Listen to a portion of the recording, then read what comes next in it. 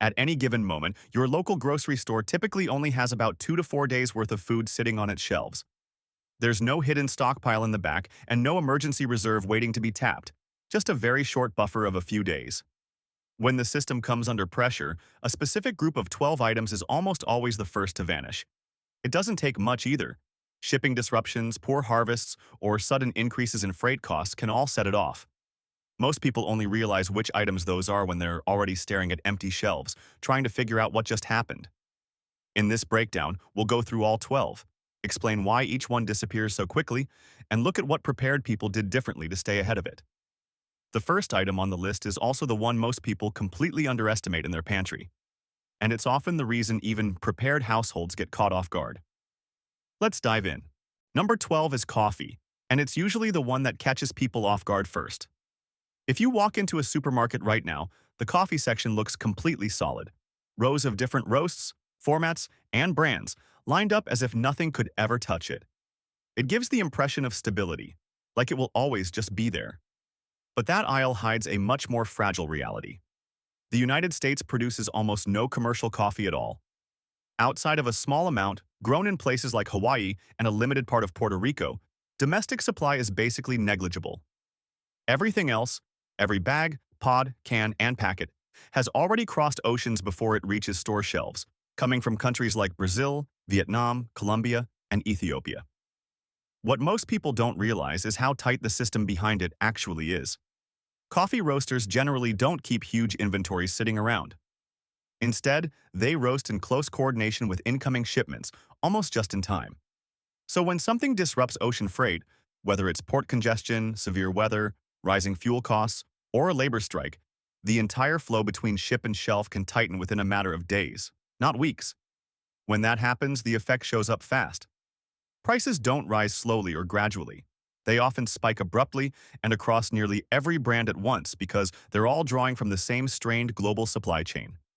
Another thing people rarely consider is how well coffee actually keeps. Ground coffee can stay reasonably fresh for months if it's sealed properly. Vacuum-sealed packaging extends that shelf life even further. Whole beans stored in a cool, dark place can easily maintain quality for a year or more. Even instant coffee, often dismissed as low quality, can last several years unopened with very little noticeable degradation. Practically speaking, keeping a 2 to 3 month buffer of your normal usage is usually enough, as long as you rotate it and use older stock first. It's a simple system, but it works. One detail worth mentioning for anyone using pod-based machines: single-serve pods tend to be among the first coffee products to disappear during supply disruptions. They rely on smaller production runs and more complex packaging, which creates more points of failure in the chain. On the other hand, something like a basic French press costs only a few dollars and needs nothing except hot water and ground coffee. It's a low-tech backup that avoids most of those supply dependencies. And the next item on the list is something most people assume could never face shortages because it's cheap, lightweight, and available everywhere. But that assumption has already quietly cost many households more than they realize. Number 11 is spices and seasonings. And at first glance, it doesn't really feel like something that could ever be a supply chain issue, which is exactly why people overlook it. The reality is that most common spices come from very specific parts of the world. Black pepper is largely sourced from countries like Vietnam and Indonesia. Cinnamon often comes from Sri Lanka and Vietnam. Cumin and turmeric are heavily tied to India. Vanilla is mostly produced in Madagascar. So what you're really looking at on your spice rack isn't a local product at all. It's a collection of ingredients that all depend on long, tightly concentrated global supply routes before they ever reach your kitchen. Because spices are light, compact, and relatively cheap per unit, most people assume they're low risk. It feels logical on the surface, but that's actually the weak point. That geographic concentration is exactly what makes them vulnerable. If a key growing region is hit by drought, political instability, currency shifts, or transport disruption, prices don't just creep up slowly. They can double very quickly. Vanilla is a good example of this, having experienced sharp spikes multiple times in recent years, where costs surged almost overnight and stayed high for extended periods. There's also a less obvious angle here that people rarely talk about directly. In theory, you can stock a very solid basic pantry: rice, beans, canned proteins, cooking oil, and technically meet nutritional needs for a while. But without spices, That same food plan becomes something most households struggle to tolerate after just a few days. Spices are what turn basic survival food into something people are actually willing to keep eating. In stressful situations, that difference matters more than it first appears. From a storage standpoint, whole spices like peppercorns or cinnamon sticks can hold their quality for roughly 3 to 4 years. Ground spices don't last quite as long in terms of peak flavor, usually starting to fade after 1 to 2 years, but they remain usable well beyond that, just with reduced intensity. Keeping them in airtight containers and away from heat and light helps extend their life significantly. A practical approach is to build your stock around what your household already cooks with. Start with essentials like salt and pepper, then add garlic powder, paprika, cumin, oregano, cinnamon, whatever actually shows up in your meals. The idea is to gradually create a small backup supply purchased at normal prices, not during shortages or spikes. Salt deserves its own mention here because it behaves differently from everything else in this category. Properly stored salt doesn't expire at all. It remains chemically stable for decades without losing effectiveness, whether it's for cooking, food preservation, or even basic cleaning tasks. That makes a few extra containers of salt one of the most reliable and low-cost long-term pantry backups you can have. And next up is an item most households completely run out of before they even realize it's happening. And when it disappears, the frustration tends to build up quietly but consistently over time. Number 10 is dish soap and general household cleaners, and it's one of those categories people almost never think about until the exact moment it's gone. That single idea really explains why this one catches so many households off guard. Dish soap, laundry detergent, hand soap, bleach, and surface cleaners all look like basic, everyday products. But behind the scenes, they depend on a highly globalized supply chain. The key cleaning agents, known as surfactants, are produced across a wide mix of countries. On top of that, the packaging side is just as dependent on international manufacturing. Plastic bottles come from petrochemical supply chains, and even the caps, pumps, and labels often involve different suppliers spread across regions. So when any part of that system gets disrupted, whether it's production slowdowns, transport bottlenecks, or raw material shortages, the finished products start disappearing from store shelves surprisingly quickly. What makes this category tricky is that it isn't optional in any real sense. These aren't nice-to-have products. They're what keep a household operating at a basic level. Cleaning dishes, washing clothes, and maintaining hygiene aren't things you can realistically pause for long. When supplies run out during a disruption, the inconvenience doesn't stay isolated. It stacks on top of every other stress you're already dealing with. In terms of shelf life, most liquid cleaning products stay usable for around 2 to 3 years if they remain sealed. Powdered detergents tend to last even longer and are generally more stable over time. Bleach is the exception here. It slowly degrades, losing roughly 20% of its effectiveness each year, which means it needs to be rotated rather than simply stored and forgotten. A simple approach is to replace it every 6 months or so and use the older bottle in your regular cleaning routine. For most households, a practical buffer is modest, about 1 to 2 months of normal usage. That might look like a couple of extra bottles of dish soap, a spare laundry detergent container, hand soap refills, and maybe a fresh bottle of bleach if you already use it regularly. All of it can easily fit under a sink or in a small cupboard and doesn't cost much to maintain. Choosing concentrated formulas helps even more, since they take up less space and stretch further per use, which makes building a small reserve even easier. And the next item on the list is something many people are unknowingly underprepared for, even though they rely on it daily. And interestingly, the weak point behind it overlaps with over-the-counter medications in ways most people never think about. Number 9 is vitamins and supplements, and there's a supply chain reality here that most people simply don't consider.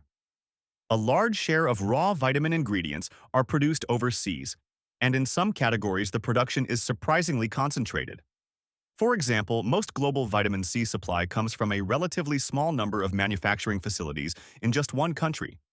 That level of concentration means that if even one major disruption happens, whether it's extreme weather, an energy shortage, or transport delays, the effects don't stay local. They spread quickly across the global market, creating shortages in multiple countries at once, rather than in a single region. The same pattern shows up with other common supplements like B vitamins, vitamin D, and various minerals that people take daily. These aren't just occasional wellness products for many households anymore. They've become part of regular health routines. Vitamin D during darker months, vitamin C during cold and flu season, magnesium, B12, or a standard multivitamin are all examples of items people rely on consistently. When disruptions happen, these products can disappear with very little warning, and restocking often takes time because the same global supply chain that was interrupted is also responsible for replenishing them. As a result, shelves can stay partially empty for weeks. In terms of storage, tablets and capsules tend to be the most stable formats. Gummies are generally a bit more sensitive, especially to heat. Most vitamins maintain their quality for around 2 years when sealed, and often longer if they're kept in a cool, dark place. A practical approach is simply keeping about a 3-month buffer of whatever you actually use in your normal routine. Not a large stockpile of every supplement available, just a small, realistic backup of your daily essentials. The cost is relatively low, but the inconvenience of suddenly trying to replace them during a shortage is often much higher than people expect. The next item is one most people assume they're already fully covered on, but very few actually check the specific detail that determines whether their supply will hold up when it matters most. Number 8 is over-the-counter medications, and this is one of those categories where most people don't think twice until they actually need something and it's suddenly not there. To make this more real, it's worth pausing for a moment. Go check your bottle of pain reliever right now and look at the expiration date. That small label already tells you more about this system than most people realize.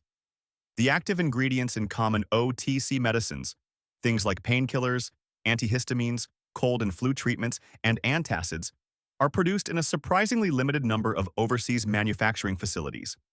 In fact, FDA-related data shows that a large portion of global production for these active pharmaceutical ingredients is concentrated in just a couple of countries. That level of concentration creates a fragile system. When production slows down in either location, whether due to regulatory issues, labor shortages, transport delays, or energy constraints, the impact can show up in pharmacies worldwide within a matter of weeks. This isn't hypothetical either. The children's acetaminophen shortage from a few years ago is a clear example of how quickly things can unravel. Pharmacies in multiple countries saw empty shelves for a basic, widely used medicine right when demand was at its highest. And interestingly, it wasn't caused by a shortage of raw materials in the traditional sense. It was a combination of manufacturing slowdowns and shipping congestion happening at the same time, two separate bottlenecks reinforcing each other and creating a very visible gap in supply. On the storage side, many over-the-counter medications actually remain effective for quite a while beyond their printed expiration dates.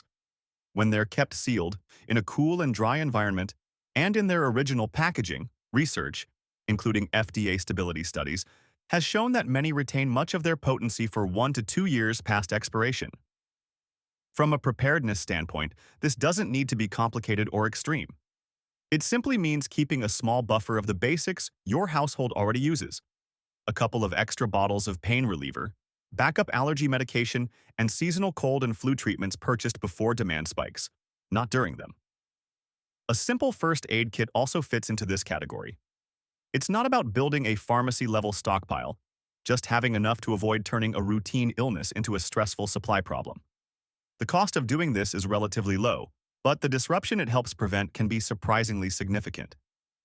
And the next item is something people tend to underestimate in two ways at the same time, both how often they rely on it and how quickly it can become scarce once supply tightens.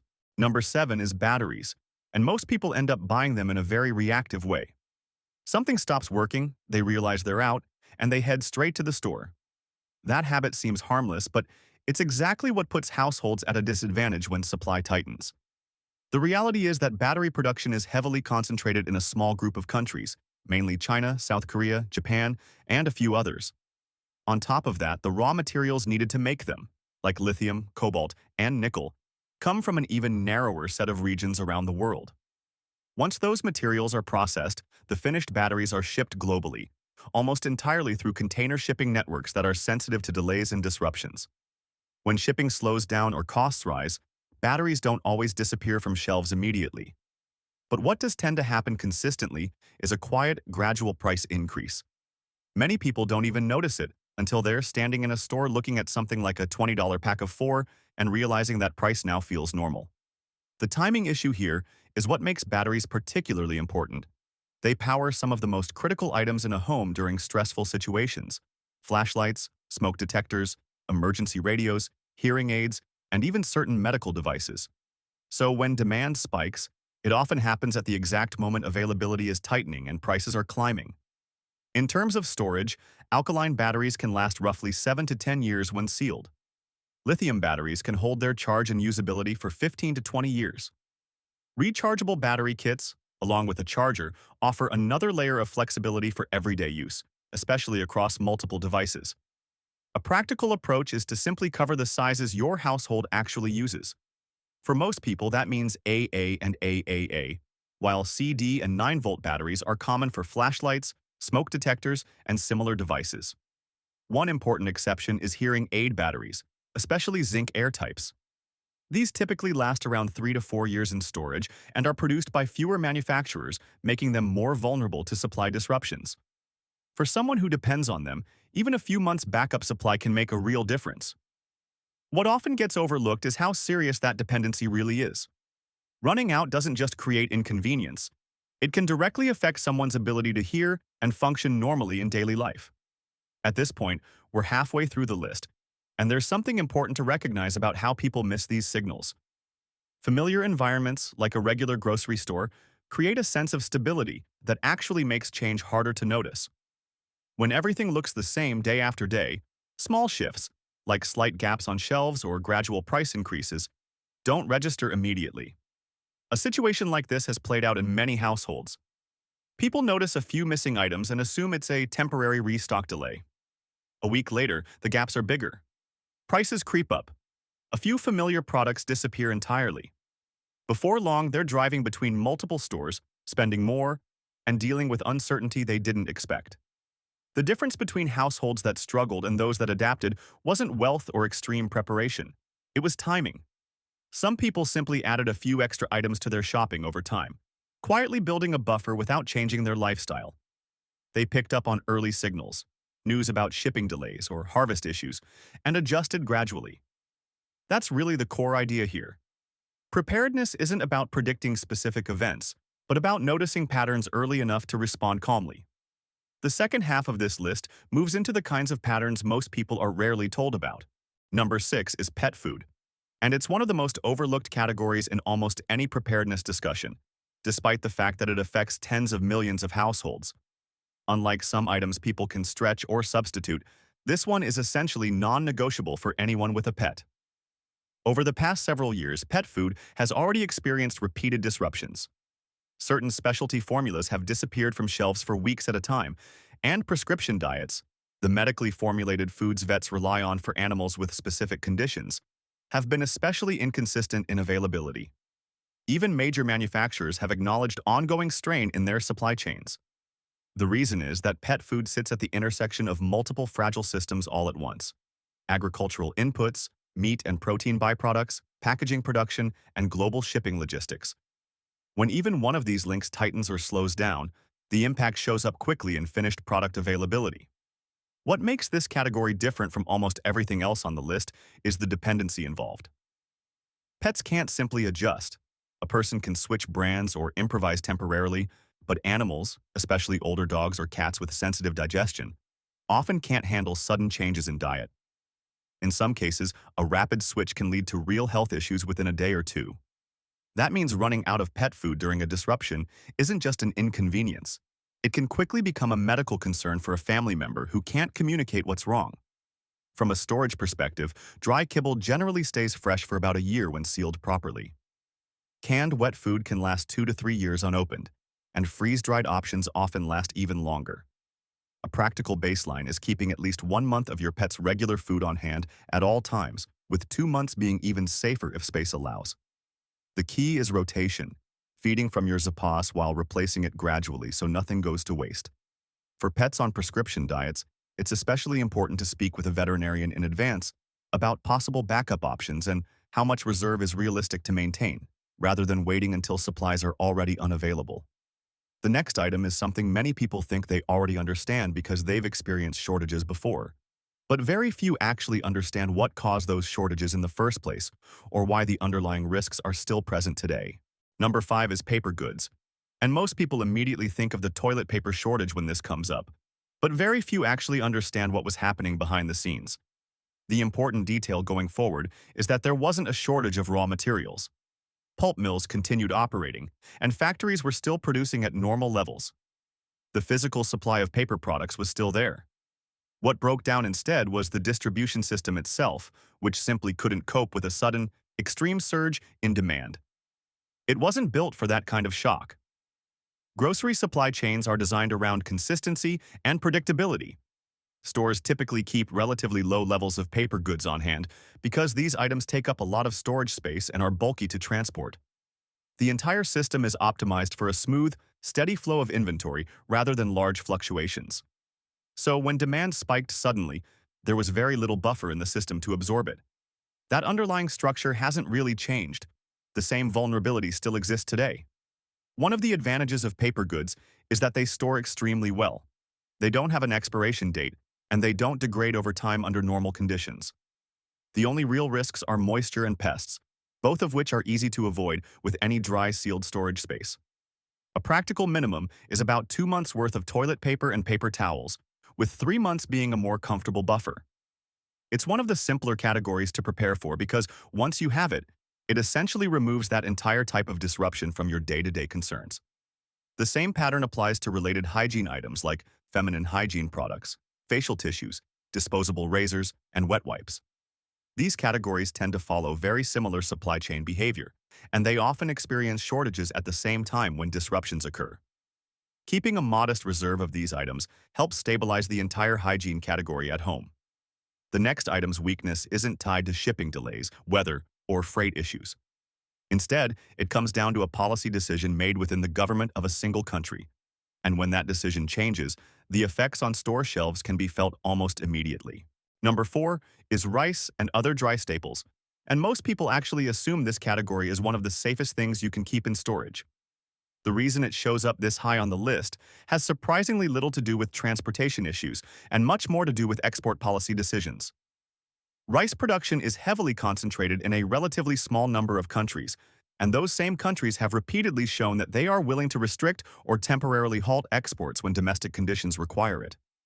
That means a single government decision in one major producing nation can ripple outward very quickly, affecting grocery availability across dozens of countries within a matter of weeks.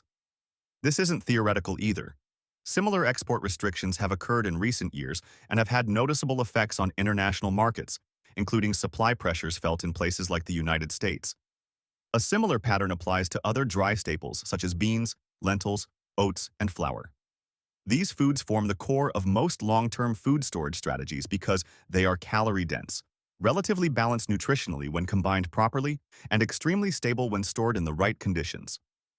Rice in particular also has a physical shipping disadvantage because of its weight and volume. When global ports become congested and freight capacity is limited, logistics companies are forced to prioritize cargo. In those situations, lighter and higher value goods tend to move first, while heavier bulk commodities like rice are often pushed further down the queue. Domestic production does help cushion some of the impact, but many popular varieties, such as basmati and jasmine, still rely heavily on international supply chains and therefore feel disruptions more directly. The storage characteristics here are especially important. White rice stored in airtight containers in a cool, dry environment can last 20 to 30 years. Dry beans and lentils typically remain stable for a decade or more. Oats generally hold quality for 2 to 3 years when sealed. Brown rice is the exception because of its natural oil content, which causes it to go rancid much faster, usually within about 6 months to a year. A practical approach is keeping about 1 month's worth of dry staples for your household in sealed containers or food-grade buckets, clearly labeled with dates, and rotating through them in normal cooking so nothing goes to waste. It's also worth noting that rice and beans together form a complete protein, meaning they provide all essential amino acids when combined. In practice, that makes them one of the simplest, lowest-cost ways to build nutritionally complete meals from ingredients that also happen to store for extremely long periods. The next item has a vulnerability that goes even deeper than logistics or shipping, and in some cases, shortages can begin even before a single shipment is affected. Number 3 is canned protein, things like tuna, chicken, salmon, and sardines, and most people tend to think of these as simple backup foods. The kind of items you reach for when you've run out of fresher options. But in reality, from a supply chain perspective, they're actually far more sensitive than they appear, for reasons that go deeper than most people expect. A large portion of global canned tuna is processed in countries like Thailand and the Philippines. Canned salmon production is heavily tied to Pacific fisheries and processing facilities in places such as Alaska and Canada. Sardines, meanwhile, are primarily sourced and processed through regions like Morocco and Portugal. So while these products look ordinary on a supermarket shelf, they actually depend on a fairly narrow set of geographic regions and international logistics routes. When global shipping slows down, these are often among the first categories to feel the impact, especially because most countries don't produce them domestically at scale. At the same time, replacing them with fresh protein isn't realistic for most households because it's more expensive and obviously not storable. There's also a second layer that's easy to miss. The cans themselves depend on global metal markets. Aluminum and steel prices fluctuate with broader commodity cycles, and when those input costs rise, manufacturers sometimes reduce production or prioritize higher-margin products instead. That means shelf availability can drop even when fisheries are healthy, factories are operating, and shipping routes are functioning normally. In other words, shortages don't always start with logistics. Sometimes they start with raw materials like metal, and gradually filter down until they show up as empty shelves. In terms of storage, most canned proteins last around 3 to 5 years when kept properly. Sardines packed in oil often last even longer and tend to be among the most stable shelf-stable proteins available. They also handle temperature fluctuations better than many other packaged foods. A practical approach is to keep a small mix rather than relying on just one type. Tuna works well for everyday meals. Canned chicken is useful for quick lunches and simple dishes. Salmon offers higher nutritional value and is one of the better shelf-stable sources of omega-3s, and sardines provide both affordability and long shelf life. One simple habit makes managing all of this almost effortless. Always rotate stock so newer cans go to the back and older ones come forward. If the printed dates are hard to see quickly, even marking the purchase year on the lid takes just a few seconds but keeps everything organized over time. And the next item on the list is something that doesn't really have a true substitute. And that single fact is what makes a shortage of it quietly more disruptive than almost anything else discussed so far. Number 2 is cooking oil. And this is one of the few items on the entire list that really has no true backup or substitute. That's what makes it so important. When other foods run short, people can usually improvise. You switch pasta types, change brands, swap proteins, or slightly adjust recipes, and the meal still works. Cooking oil doesn't really allow for that kind of flexibility. It's a core part of how most meals are actually prepared, used for frying, sautéing, baking, seasoning cast iron, and even finishing sauces. When this category tightens, it affects everything at once, not just one product or one shelf. And it doesn't just affect one type of oil. The entire category tends to move together because every major cooking oil is tied to global agriculture and international shipping systems. Sunflower oil production is concentrated in a limited number of countries, which means disruptions in just a few regions can quickly show up as shortages in many others. Olive oil prices have also shown how sensitive the market is, with sharp increases during drought periods in parts of southern Europe. Canola and soybean oils, on the other hand, are influenced heavily by agricultural conditions across North and South America, so weather patterns and harvest outcomes directly affect availability and pricing.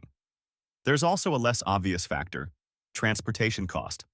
Cooking oil is heavy and bulky, which means shipping expenses make up a meaningful part of its final price. When fuel costs rise or global freight networks get strained, oil tends to reflect those changes faster than many lighter goods. That's why prices often shift before most consumers even realize anything is happening. From a storage perspective, most cooking oils last around 1 to 2 years when sealed properly. Olive oil and coconut oil can be a bit more sensitive to heat and light, but both remain stable when stored in a cool, dark place. A practical approach is to keep more than one type on hand: a neutral oil for everyday cooking, olive oil for dressings and finishing, and coconut oil if you bake regularly or use it in specific recipes. It also makes sense to buy during normal pricing periods rather than waiting for spikes, because once shortages or price increases make the news, the best window has usually already passed. And that brings us to number 1, the item that isn't necessarily the most obvious, but is surprisingly often missing, even from well-prepared households, and quietly determines whether everything else in your pantry actually works when you need it.